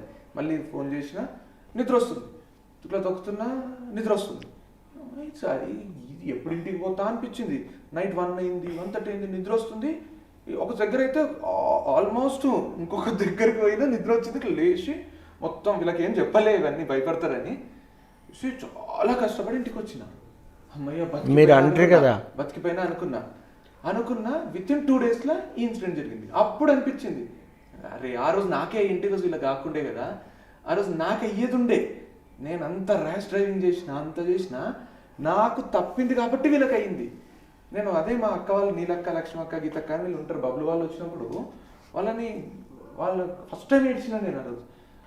నాకు అయ్యింటే అయిపోతుండే కదనే, ఇది అయిపోతుండే. ఆ రోజుకి నాకు ఆల్మోస్ట్ దగ్గర వరకు వచ్చింది, ఆగిపోయింది, అమ్మాయి సేఫ్ అనుకున్నా, కానీ వీళ్ళకి అయ్యింది. ఇప్పుడు ఎక్కువ బాధ అవుతుంది.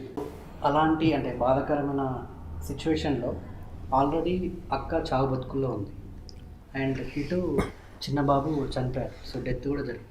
సో అది ఎలా డైజెస్ట్ చేస్తున్నారు అసలు? అంటే మీ అక్కగారికి ఇన్ఫామ్ చేశారా?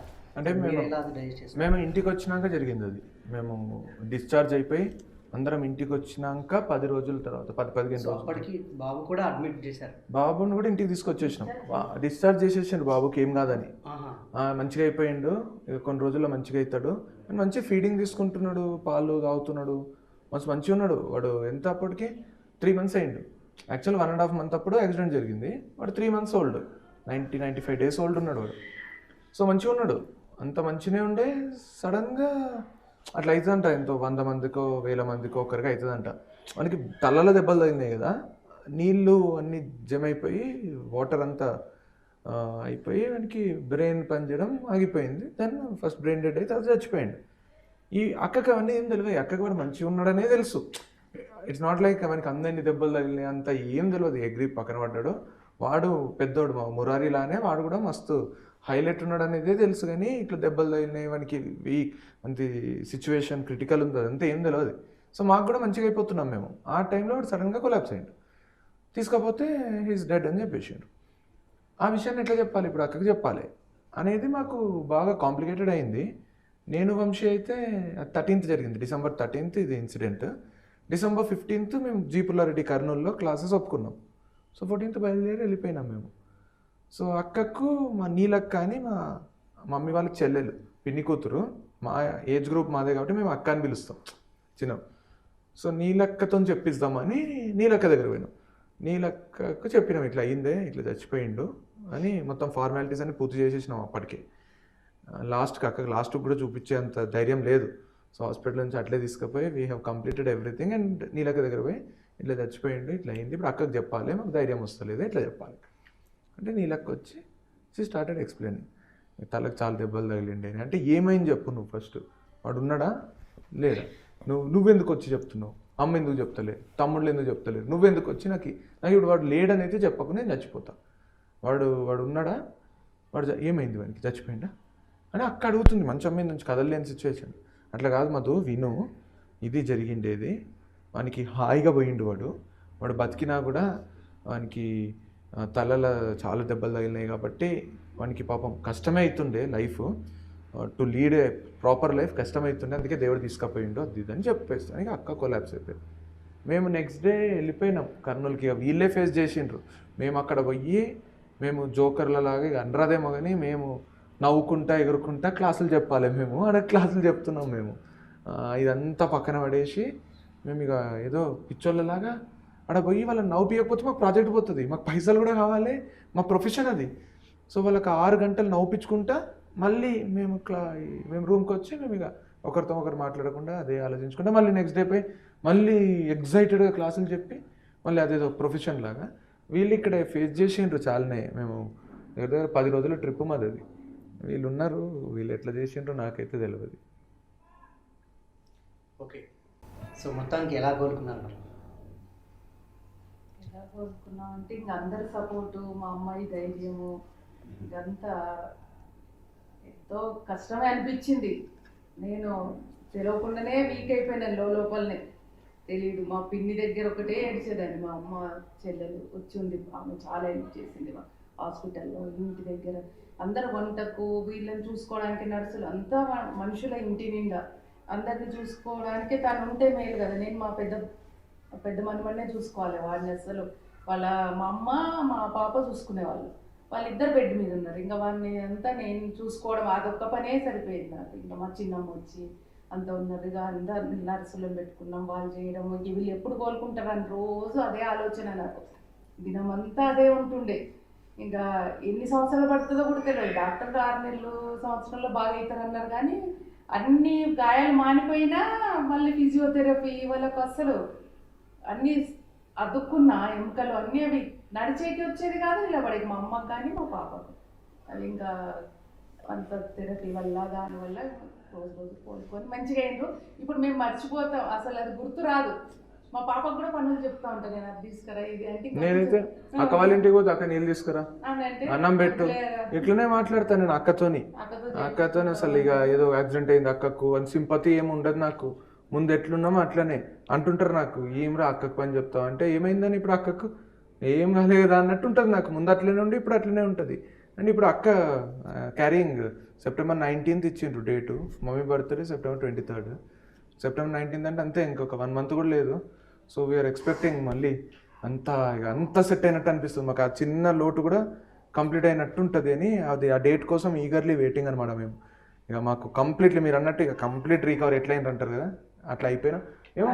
మా మురారి అల్లుడు మా అక్క కొడుకు, వాడు ఉంటే ఏం గుర్తురావు బాధలు. వాడు ఫుల్ యాక్టివ్ ఉంటాడు. ఇప్పుడు నర్సరీ పాస్ అయ్యాడు, ఫస్ట్ ర్యాంక్ వచ్చింది నర్సరీలో. 4 పిల్లలు ఉంటారు, దాంట్లో ఫస్ట్ ర్యాంక్ వచ్చింది. 20 మంది ఉన్నారు. ఎల్కేజీలోనేమో కొంచెం మంచిది అవుతలేడు వాడు. ఎందుకురా అంటే నా ఫ్రెండ్ బాగా చదువుతాను అమ్మ, నేను అందుకు చదువుతలేను అంటాడు. ఎవరా నీ ఫ్రెండ్ అంటే ఆవియా అంట, గర్ల్ ఫ్రెండ్ అయింది ఎల్కేజీ వాడు. ఆవియా అని గర్ల్ ఫ్రెండ్.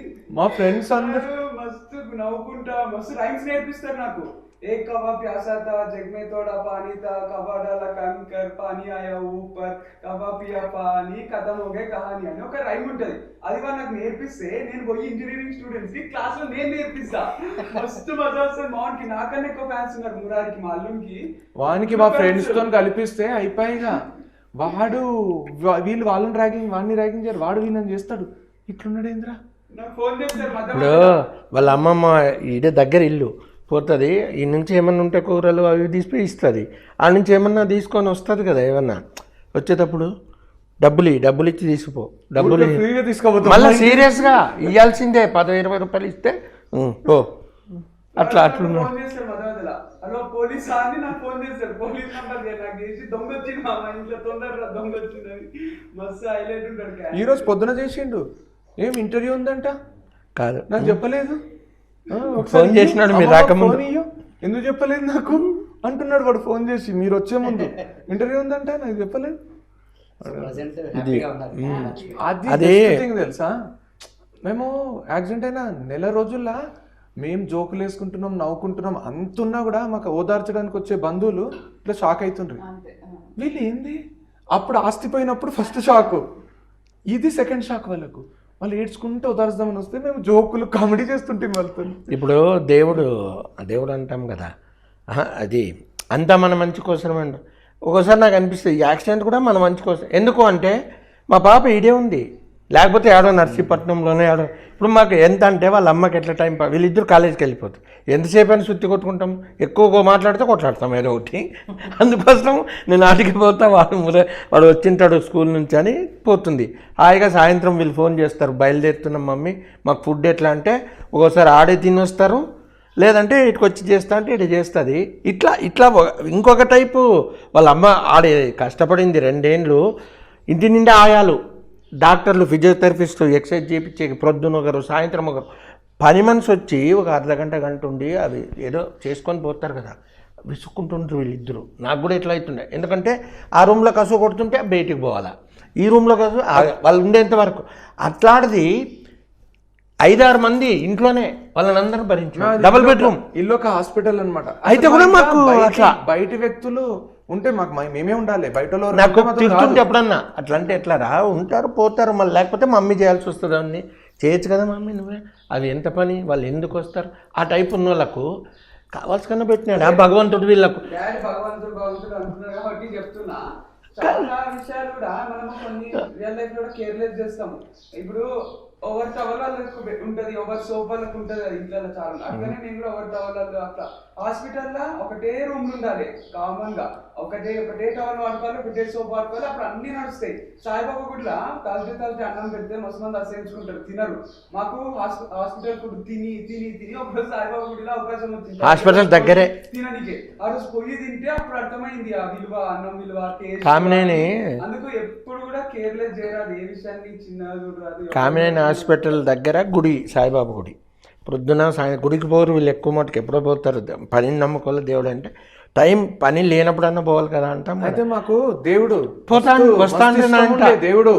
దేవుడు ఫుల్, మాకు దేవుడు అంటే ఫ్యాన్. నేను చిన్నప్పుడు ఇక డాడీ జరిగిన ప్రతిదానికి దేవుడి వల్ల అయింది అనేసరికి దేవుడి మీద కోపం అని కాదు కానీ, ఇక అంటే ఒకటే విషయం రిపీటెడ్గా చెప్పేసరికి ఏమో నాకు మైండ్, నేను కూడా హనుమాన్ చాలీసా అంజనేయ దండకాలు, డాడీ ఏం చేస్తుంది 40 నిమిషాలు నా పూజ ఉంటుండే డాడీ ప్రతి చిన్న. ఇప్పుడు నేను బయటికి పోయినా కాలు జారిన అనుకో, కాలు జారి అంటే నేను ఇట్లా జారి పడ్డాను అనుకో, అయిపోయిగా నేను తప్పు చేసి పడితే నువ్వు ఏదో తప్పు చేసి ఉంటావురా, దేవుడు శిక్షించి అయిపోయి నాకు ఇక దేవుడిని వదిలేసిన నేను మస్తు ఎనిమిస్ అయిపోయినాం. ఇక దేవుడు నాకు డాడీ దేవుడు అంటాడు, నేను దేవుడు వద్దు అంట. దేవుడు లేడు, మస్తు మనం కరెక్ట్ ఉన్నంత వరకు దేవుడు, మనం కరెక్ట్ ఉంటే అదే దేవుడు, మనం తప్పు చేస్తే అదే దేవుడు. కరెక్ట్ ఉంటే దేవుడు, కరెక్ట్ ఒక్కోసారి ఉన్నాం కదా. ఎట్లా అంటే ఇప్పుడు ఈ మా చెప్పే కదా కర్నూలు నుంచి వచ్చినా అని, అవసరమా రాత్రికి ఆడే పండుకొని ప్రొద్దున లేస్తాం, నిద్ర వస్తూ ఉంటే డ్రైవింగ్ చేయరారు కదా, దిగి మగం కట్టుకొని మళ్ళీ నిద్ర వస్తానే మగం కట్టుకొని రావు. ఇట్లాంటివి వాళ్ళ అమ్మకు ఇష్టం ఉన్నది, చెప్పినా వినరు. వినండి ఇట్లాంటివి కొన్నన్నా అని చెప్తుంటా. అట్లా టైంలో దేవుడే కాపాడుతాడులే అనుకోవాలని నేను నా పాలసీ. ఆడ యాక్సిడెంట్ అయింది కదా, నేను చెప్తే కదా ఒక పాయింట్ చెప్పాలి. అయిపోతానే ఏం చేస్తారు డాక్టర్లు ఎవరైనా కానీ, ముందు డబ్బు కట్టండి అంటారు కదా. అక్కడ ఒకటి మాకేమైందంటే, మా అల్లుని వాళ్ళ మామ సద్గుడు దానికి ఆడిటర్ అంట, కామినేని హాస్పిటల్లో విజయవాడ. ఆయన ఫోన్ చేసినాడు మా వాళ్ళని, మాకు డబ్బులు అడగలేదు ఆడ ఎవ్వరు, తర్వాత ఇస్తారనేది ఒకటి. అంటేనే టకటక వచ్చినారు డాక్టర్లు, స్పెషల్ ట్రీట్మెంట్ అయిపోయింది. ఆయన పేరు మారుతి, ఎవరు ఈయన ఫోన్ చేసిన ఆయన పేరు ఆడిటర్ పేరు గణపతి. అంటే ఆంజనేయుడు గణపతి సాయం. మాకు ఏసీ రూమ్ ఇచ్చినారు ఇమ్మీడియట్, మళ్ళీ ఒక రూమ్ కావాల్సిన 2 రూములు అరేంజ్ అయ్యాయి. ఆడ హాస్పిటల్లో కూడా మాకు ఎట్లా అంటే అందరు రెస్పెక్టు, అదొక హాస్పిటల్ అనుకోలే, ఇల్లు మాదిరి మంచిగా.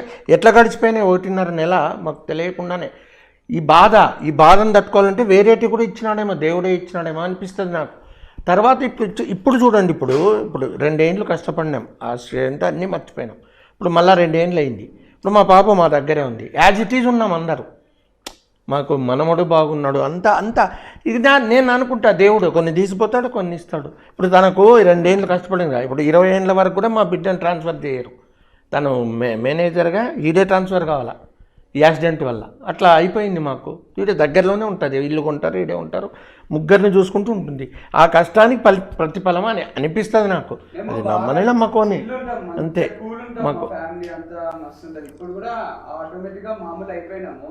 అంటే మీరు నేను చెప్తా సినిమా తీస్తా అని, దానికి కారణం మా డాడీ. అంటే డాడీ ఫుల్ ఇంట్రెస్ట్ సినిమాలు అవి. మమ్మీకి కూడా బాగా ఇంట్రెస్ట్, హిందీ సినిమాలు తెలుగు సినిమాలు బాగా చూస్తారు. నేను స్కూల్కి పోకుంటే ఎక్కువ పోకపోతే ఎవరైనా తల్లిదండ్రులు తిడతారు కదా. మా డాడీ నాకు సీడీ షాప్ పట్టుకపోయి సీడీలు కొనిపించి సినిమాలు ఆర్య, భద్ర ఇవన్నింటికి తీసుకొచ్చి చూపిస్తుండే. అరే చూడురా నీకు బోర్ వస్తుంది కదా స్కూల్లో, ఈరోజు చూడు అని. స్కూల్కి పోకుండా ఏమనకుండే. అట్లాంటి పేరెంట్స్ ఏడ కూడా ఉండరు కదా. మస్తు హైలైట్. అప్పుడు సినిమా పిచ్చి ఎక్కింది లోపలికి. అక్కడే సినిమా తీయాలని అనిపిస్తుంటుంది. ఫైనల్గా మీ పిల్లల నుంచి మీరేం ఎక్స్పెక్ట్ చేస్తున్నారు? ఎక్స్పెక్ట్ చేయడం అంటే ఇంకా అమ్మాయిదైతే అంతా సెటిల్ అయిపోయింది.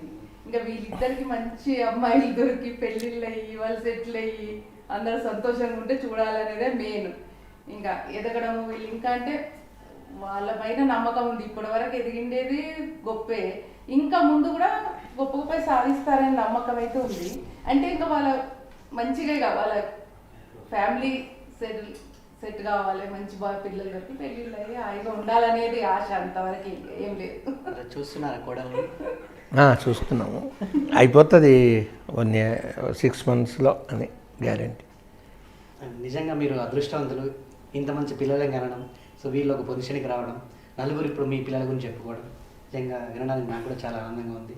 సో వాళ్ళ మోటివేషన్ స్పీచెస్ కానివ్వండి, వాళ్ళు కాలేజీలో చెప్పే అకాడమిక్ క్లాసెస్ కానివ్వండి, క్రియేటివ్ స్టోరీస్ కానివ్వండి, నిజంగా అన్నీ అద్భుతంగా ఉంటాయి.